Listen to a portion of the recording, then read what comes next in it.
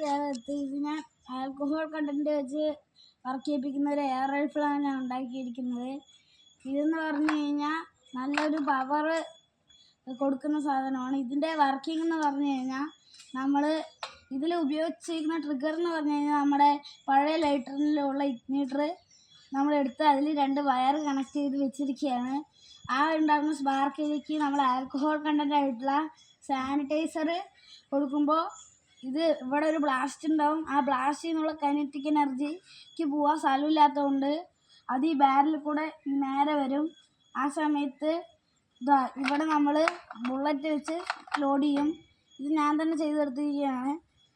അപ്പോൾ ആ bullet load ചെയ്യുമ്പോൾ ആ ഒരു കൈനറ്റിക് എനർജിയുടെ ആ ഒരു പ്രഷർ ഇങ്ങനെ ഇവിടുന്ന് ബുള്ളറ്റിനെയും കൊണ്ട് പോകും. അപ്പോൾ ആ ബുള്ളറ്റ് അതിൻ്റെ കൂടെ തെറിച്ച് അത്യാവശ്യം ദൂരം നല്ല പ്രഷറിൽ പോകും. അതാണ് ഇതിൻ്റെ ഒരു കാര്യങ്ങൾ.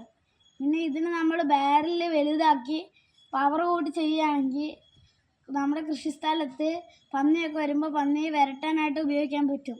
ഇതിൻ്റെ വർക്കിംഗ് എങ്ങനെയാണെന്ന് പറഞ്ഞാൽ ഞാൻ കാണിച്ചു തരാം.